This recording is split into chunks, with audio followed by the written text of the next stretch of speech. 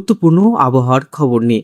সুপ্রিয় সুধী দর্শক, আপনারা কোন জেলা থেকে দেখছেন, আপনাদের জেলার আবহাওয়ার পরিস্থিতি কি রয়েছে অবশ্যই আমাদের ভিডিওর কমেন্ট বক্সে লিখে জানাবেন।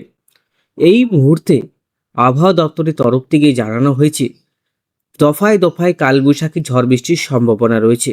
তো বন্ধুরা, কোন কোন জেলাতে কালবৈশাখী ঝড় বৃষ্টি থাকবে, কোথায় কোথায় 60 থেকে 70 কিলোমিটার গতিবেগে আছড়ে পড়বে কালবৈশাখী ঝড়, কোথায় কোথায় ব্যাপক হিট ওয়েভ থাকতে পারে সেটাও আপনাদেরকে জানাবো। উত্তরবঙ্গে ব্যাপক কিন্তু হিট ওয়েভের সম্ভাবনা রয়েছে। এবার কিন্তু হিট ওয়েভ আমাদের গোটা পশ্চিমবঙ্গে অনেকভাবেই মানুষকে জ্বালাবে, অনেকভাবেই কিন্তু হিট ওয়েভ আমাদেরকে এবার সহ্য করতে হবে। তো বন্ধুরা, এবার শুধু দক্ষিণবঙ্গই নয়, এবার উত্তরবঙ্গেও কিন্তু ব্যাপক হিট ওয়েভের সম্ভাবনা রয়েছে। চলুন বিস্তারিত জানবো কোন কোন জেলায় কি কি হতে পারে, কোন কোন জেলায় কতটা বৃষ্টি হতে পারে, আগামী কয়েকদিনে লা নিনা বা এল নিনো আসছে কিনা সেটার ব্যাপারেও আপনাদেরকে আমি জানাবো। ভিডিওটা একটু বড় হতে পারে, ধৈর্য সহকারে দেখবেন। চলুন আমরা ফটাফট দেখে নিই আজকে এখন কোথায় ঝড় বৃষ্টি চলছে। চলুন, প্রথমেই আমি আপনাদেরকে দেখাচ্ছি, দেখুন গোটা পশ্চিমবঙ্গ আমাদের ভারতবর্ষেই কিন্তু পরিষ্কার আকাশই বিরাজ করছে বেশিরভাগ। কিন্তু একটি পশ্চিমী ঝঞ্ঝাও তৈরি হয়েছে। এই পশ্চিমী ঝঞ্ঝা দিল্লির কাছাকাছি অবস্থান করছে। আগামী কিছু সময় এই পশ্চিমী ঝঞ্ঝা নিচের দিকে নামার চেষ্টা করবে। এদিকে নাগপুর, ইন্দোর, কোটা, যোধপুর, প্রয়াগরাজ, ধানবাদ, ভুবনেশ্বর, তারপরে কলকাতা, তারপরে হচ্ছে এদিকে আমরা দেখতে পাচ্ছি রংপুর, ঢাকা, সিলেট, এই সমস্ত অঞ্চলে কিন্তু পরিষ্কার আকাশ রয়েছে।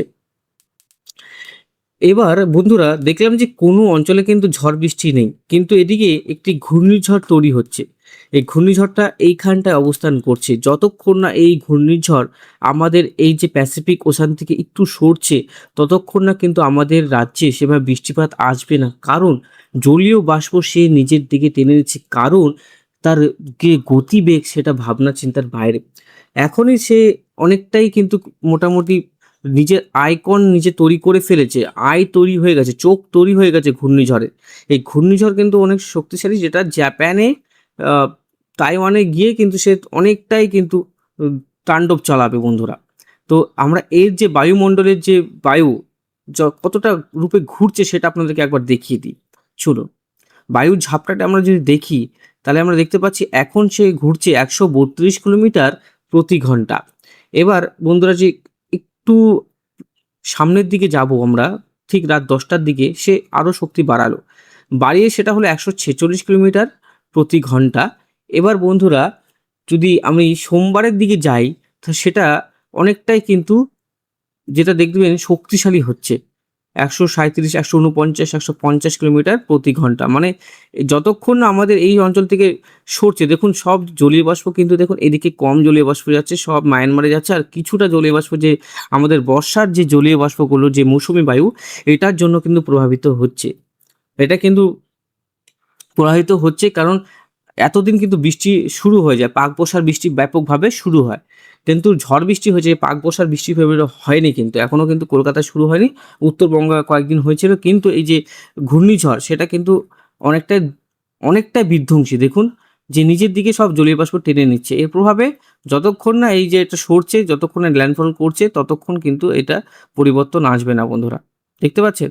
যেই আমি একটু পিছন দিকে যাব, দেখুন আস্তে, আস্তে কিন্তু এই যে যেতে সরে গেল, তখন কিন্তু এই জলীয় বাষ্প পুরোপুরিভাবে যে বায়ু প্রবাহ আমাদের রাজ্যে প্রবেশ করবে। তাহলে আমরা রবি, সোম, মঙ্গল, বুধ, বৃহস্পতি, শুক্র, এই ৫ দিন কিন্তু দহন জ্বালা সহ্য করতে হবে এই ঘূর্ণিঝড়ের প্রভাবে। কিন্তু এই ঘূর্ণিঝড়ের প্রভাবে আমাদের রাজ্যে কিন্তু বৃষ্টিপাতও সেভাবে হবে না। ঠিক আছে?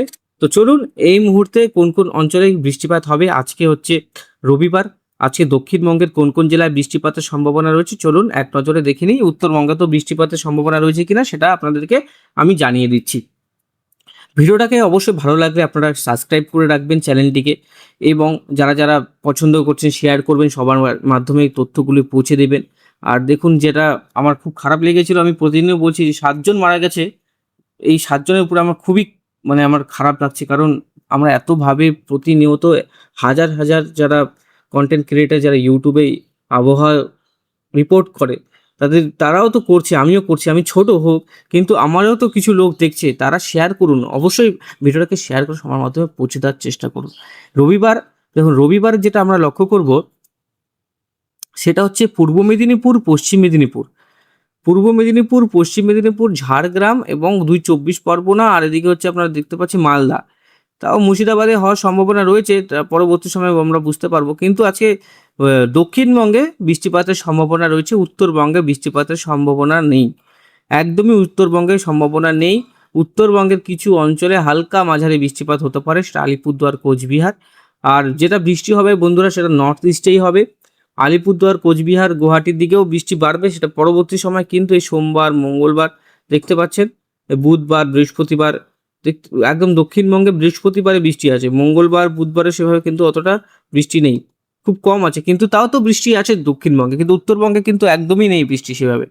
দক্ষিণবঙ্গে হালকা মাঝারি বৃষ্টি চলবে এই কদিন, কিন্তু আমরা দেখতে পাচ্ছি বৃহস্পতিবারের পর থেকে শুক্রবার বৃষ্টিপাতটা আসছে, শুক্রবারের পরে পশ্চিমী ঝঞ্ঝার প্রভাবে বৃহস্পতিবার, শুক্রবার, শনিবার এই কয়রকম বৃষ্টি হতে পারে। পরবর্তী সময় দেখতে পাচ্ছেন এই যে বৃষ্টি, পরবর্তী সময় যখন বায়ু প্রবাহ একটু সচল হবে, যখন এই যে ঘূর্ণিঝড় একদম সরে যাবে, তখন এই বৃষ্টিপাতটা বাড়বে। আদারওয়াইজ বৃষ্টিপাতের বাড়ার সম্ভাবনা আমরা লক্ষ্য করতে পারছি না। আমরা দেখতে পাচ্ছি মোটামুটি বর্ষা, যে পাক বর্ষা মৌসুমি বায়ু প্রবেশ করবে, সেটা ৮-১০ তারিখের পর থেকেই শক্তিশালী হচ্ছে, তাছাড়া কিন্তু অত শক্তিশালী নয়। ১০ তারিখ, ১১ তারিখ দেখতে পাচ্ছেন বৃষ্টিপাতের পরিমাণ অনেকটাই কিন্তু কম ছিল, কিন্তু পরবর্তী সময় আবার বাড়লো। একটা যেটা ভালো দিক আমরা দেখতে পারলাম যে এই ঘূর্ণিঝড়টার প্রভাবে ব্যাপক, কিন্তু এই যে ১২ তারিখে আমরা দেখতে পাচ্ছি বর্ষা ঢুকছে, ১২ তারিখ, যেখানে কিনা ৮, ৬, ৭ তারিখে ঢুকে যাওয়ার কথা, ১২ তারিখে ঢুকছে বর্ষা। ১০-১২ তারিখে বর্ষা প্রবেশ করে যাবে, আর বৃষ্টিপাত ভালোই চলবে। এই যে বৃষ্টিপাতের বর্ষা প্রবেশ করবে বন্ধুরা, ঠিক আছে? এবার অনুপাতে যাব। অনুপাতটা দেখলে আমরা বুঝতে পারবো। তার আগে একটু সতর্কবার্তাটা দেখে নিই, কোনো জেলায় সতর্কবার্তা রয়েছে কিনা। না, আমাদের কোনো জেলায় কোনো সতর্কবার্তা নেই। আমরা সোজাসুজি অ্যানিমেশনে চলে আসবো, কোন দিন কতটা বৃষ্টি হতে পারে বন্ধুরা, ঠিক আছে? দেখুন, এবার আমরা যাচ্ছি, আজকে হচ্ছে ৩১ তারিখ রবিবার। ৩১ তারিখ এবং সোমবার দেখতে পাচ্ছি ১ তারিখ পর্যন্ত বৃষ্টিপাত উত্তরবঙ্গে নেই, এবং ২ তারিখ বৃষ্টিপাত নেই, কলকাতাতেই রয়েছে হালকা মাঝারি। ৩ তারিখ বৃষ্টিপাত রয়েছে, এই যে অঞ্চলগুলোতে বৃষ্টিপাত থাকবে সেটা হচ্ছে আপনার এই বঙ্গাইগাঁও, আলিপুরদুয়ার, গুয়াহাটি, নয়াগাঁও, আসাম, ত্রিপুরা, ডিমাপুর, রুবিগড় এইসব অঞ্চলে। ৪ তারিখে যেটা আমরা লক্ষ্য করতে পারছি, ৪ তারিখ থেকে মানে বৃহস্পতি, শুক্রবারের কাছাকাছি বৃষ্টিটা ঢুকবে। আর এদিকে মোটামুটি ৫ তারিখ আস্তে, আস্তে কিন্তু বৃষ্টির পরিমাণটা বাড়বে। দেখুন আস্তে, আস্তে এই অঞ্চলগুলোতে দেখুন খালি তো, আমি একটু আগাবো, দেখবেন যতক্ষণ এই ঘূর্ণিঝড়টা এগোবে, জাপানের দিকে যাবে, ততক্ষণ কিন্তু এটার বেগ কিন্তু দেখুন এটা আস্তে, আস্তে কিন্তু ডিপ কালো হয়ে আসছে, ঠিক আছে? আমি আবার অ্যানিমেশনের দ্বারা আপনাদেরকে দেখিয়ে দিচ্ছি। দেখুন এটা কালারটা হালকা, এখানে বর্ষা আসছে, এদিক দিয়ে বর্ষা ঢুকে, তারপরে আস্তে, আস্তে কিন্তু বর্ষাটা এভাবে নিচের দিকে যায়, ঠিক আছে? এই দেখুন আস্তে, আস্তে কিন্তু এটা ডিপ কালার হবে, যত ডিপ কালার হবে তার ভাববেন তত বৃষ্টি, ঠিক আছে? এবার এদিকে ৯ তারিখে দেখতে পাচ্ছেন আস্তে, আস্তে কিন্তু এই ডিপ কালার গভীরতা পাচ্ছে, এবং সেটা নর্থ দিনাজপুরের দিকে, উত্তরবঙ্গের চারিদিকে কিন্তু বৃষ্টিপাত ঘটাতে আস্তে, আস্তে এগোচ্ছে। দেখুন দেখতে পাচ্ছেন? এই বৃষ্টিপাত কিন্তু আস্তে, আস্তে এগোচ্ছে, এবং গোটা দক্ষিণবঙ্গ বৃষ্টিপাত শুরু হয়ে যাবে, এবং উত্তরবঙ্গে। তাহলে বৃষ্টি আমাদের ১০ তারিখ থেকে শুরু হচ্ছে, মানে বর্ষা আমাদের ১০ তারিখ থেকে শুরু হচ্ছে, কিন্তু তার কিছুদিন আগে প্রবল তুখর কিন্তু গরম পড়ছে। উত্তরবঙ্গের জন্য হাই অ্যালার্ট, উত্তরবঙ্গে ৪০ ডিগ্রি তাপমাত্রা কিন্তু পৌঁছে যাবে বন্ধুরা, উত্তর এবং দক্ষিণবঙ্গে। আস্তে, আস্তে কিন্তু দেখতে পাচ্ছেন আস্তে এই যে চলে আসলো কালোটা। তাহলে আমরা ১৪ তারিখ মানে জুন মাসের ১৪ তারিখে আমরা ভালো মতো বর্ষা পাচ্ছি। আর এদিকে আমরা যদি দেখি তাপপ্রবাহ, সেটা আমরা যদি লক্ষ্য করি তাপ কতটা থাকতে পারে, তাহলে আমরা দেখে নিব এবার তাপ কতটা থাকতে পারে। চলুন, এবার সোমবার, এইখানে তো প্রচুর গরম। এবার আমরা আসছি মঙ্গলবারে, দেখুন এইখানে ৩৪ ডিগ্রিটা রয়েছে, এখানে অনেকটাই টেম্পারেচার বাড়ার সম্ভাবনা রয়েছে। আজকে উত্তরবঙ্গে প্রচুর লেভেলের গরম থাকবে, উত্তর এবং দক্ষিণবঙ্গে হিউমিডিটি লেভেল বেশি থাকবে, কারণ এই পাশে একটা ঘূর্ণিঝড় রয়েছে। এই ঘূর্ণিঝড়ের প্রভাবে আমাদের রাজ্যে কিন্তু এই যে তাপপ্রবাহ সেটা কন্টিনিউ করবে। এই দায়ীকে এই ঘূর্ণিঝড়, এই দায়ীটা হচ্ছে, এই ঘূর্ণিঝড়টা হচ্ছে দায়ী, ঠিক আছে? এই গরমে অতটা, মানে যদি এই ঘূর্ণিঝড় না হতো না, তো বৃষ্টিপাত কিন্তু হতো। এই ঘূর্ণিঝড়টা হচ্ছে বলে এই পরিমাণ আমরা লক্ষ্য করতে পারছি। দেখুন দক্ষিণবঙ্গের তাপমাত্রা বৃহস্পতিবার 38 ডিগ্রি আমরা যেটা লক্ষ্য করতে পারছি, 38 ডিগ্রি সেলসিয়াস। তো সুপ্রিয় বন্ধুরা, আমরা তাপমাত্রার দিকে চলে আসলাম। তাপমাত্রা যেটা লক্ষ্য করতে পারছি, আর এই এত তাপমাত্রার বৃদ্ধির যে দায়ী থাকবে সেটা হচ্ছে আমাদের এই যে ঘূর্ণিঝড়। এই ঘূর্ণিঝড়ে দেখুন এখানে সমুদ্রের তাপমাত্রা 27, এদিকে সমুদ্রের তাপমাত্রা 30। আর এই যে জলীয় বাষ্প আপনাদেরকে অ্যানিমেশন করে দেখাচ্ছি, আপনি বুঝতে পারবেন। এই যে এইটা যে সাদা সাদা সাদা সাদা দেখতে পাচ্ছেন, এটা হচ্ছে বায়ু প্রবাহ। এই যে এটা ইন্ডিয়ান ওশান দিকে আস্তে আস্তে এটা প্যাসিফিক ওশানের দিকে অগ্রসর হচ্ছে। কারণ হচ্ছে এই যে ঘূর্ণিঝড় সে জলীয় বাষ্প নিজের দিকে টানছে, যেখানে ঘন্টায় সে 150-200 কিলোমিটার প্রতি ঘন্টায় নিজের দিকে সে শক্তি বৃদ্ধি করছে। প্রয়াগরাজের দিকে দেখুন হিউমিডিটি লেভেল 40 ডিগ্রি, মানে তাপমাত্রা 37 ডিগ্রি, এদিকে 34-35 ডিগ্রি। উত্তরবঙ্গের তাপমাত্রা কিন্তু সেম এরকম চলে আসবে বন্ধুরা, ঠিক আছে। উত্তরবঙ্গেও কিন্তু ভয়ানক গরম আমরা লক্ষ্য করতে পারছি। 33, 34, 35, 38 ডিগ্রি সেলসিয়াস কাছাকাছি চলে আসবে তাপমাত্রা। তারপরে আস্তে আস্তে কিন্তু এই তাপমাত্রা ঠিক হবে। আমরা লাস্ট যেটা গরম পাচ্ছি সেটা হচ্ছে 38 ডিগ্রি 40, সেটা হচ্ছে 6 তারিখ। 10 তারিখ পর্যন্ত কন্টিনিউ করবে এরকম।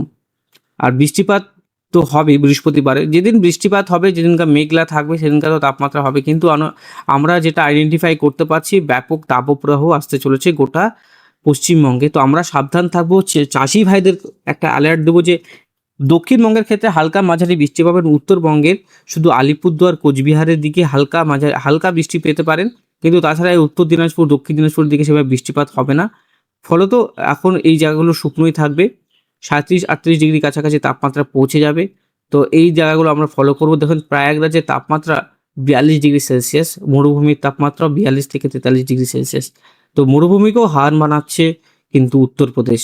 এদিকে কলকাতার তাপমাত্রা কিন্তু স্বাভাবিকের দিকেই রয়েছে তখন। সেটা হচ্ছে 11 তারিখে 31 ডিগ্রি কোথায়, আর এখানে 42 ডিগ্রি কোথায়। তো যাই হোক, আমাদের পশ্চিমবঙ্গে কিন্তু বর্ষা মানে আমাদের এফেক্ট থাকবে। বর্ষার যে বৃষ্টি সেটার এফেক্ট থাকবে। আর যেহেতু এবার এলনিনো হওয়ার সম্ভাবনা রয়েছে, এলনিনো হলে কি হয়, এলনিনো হলে যে ঠান্ডা বায়ু যে এখান থেকে প্রবেশ করে সেটা থাকে গরম বায়ু, ঠিক আছে। যেই বছর গরম বায়ু প্রবেশ করে সেটা হচ্ছে এলনিনো, আর যে বছর ঠান্ডা বায়ু প্রবেশ করে সেটা হচ্ছে লানিনা। কোথায় ঠান্ডা বায়ু প্রবেশ করে?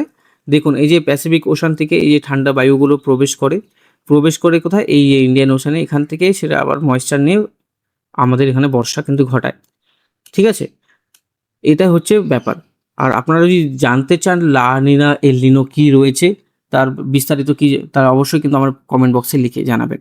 আর এই বছর দেখুন, যে বছর লা নিনা আসে, ঠিক আছে, তার 3-4 বছর লা নিনা চলে। এবার যে বছর এল নিনো হয়, আবার 3-4 বছর কিন্তু এল নিনো আসে না।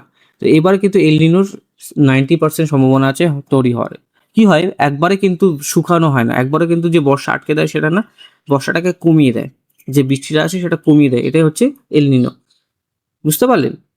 এল নিনো, আমি আরেকটা জিনিস বলে দিচ্ছি দেখুন, কখন বৃষ্টি হয়, যে এই স্থানে গরম আছে তখন এই স্থান থেকে ঠান্ডা বায়ু প্রবেশ করে, সেখানে বজ্রগর্ভ মেঘের সৃষ্টি হয়, সেখান থেকে বৃষ্টি হয়। আর যে এখানে যদি ঠান্ডা থাকে বা আমাদের পরিবেশে যখন ঠান্ডা থাকে তখন কি বৃষ্টি হয়? ঠান্ডার দিনে অত বৃষ্টি হয় না। তো এবার কিন্তু যেটা নিয়ম, যে যেখান থেকে গরম থাকবে সেখান থেকে ঠান্ডা বায়ু দ্রুত গতিতে সেই গরম স্থানের দিকে পৌঁছাবে, যে একটা নিম্নচাপ অঞ্চল, ঠিক আছে। নিম্নচাপ হয়, আমাদের অনেক সময় নিম্নচাপ বলি। এইসবের কারণেই হয় যে গরম বায়ু যখন ছুটে আসে, ঠিক আছে, ঠান্ডা বায়ুর দিকে, তখন কিন্তু এটা একটা পরিবর্তন হয় বন্ধুরা। তো যাই হোক, ঠান্ডা বায়ুর সংস্পর্শে গরম বায়ু আসলেই কিন্তু বৃষ্টিপাত হয়।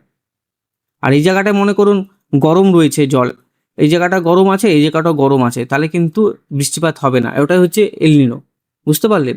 আর এই জায়গাটা ঠান্ডা বায়ু যখন প্রবেশ করবে, এই জায়গাটা যখন গরম থাকবে, তখনই সেটা হচ্ছে লানিনা হবে, বুঝতে পারলেন? না বুঝতে পারলে অবশ্যই জানাবেন, আমি আপনাদেরকে জানিয়ে দেব।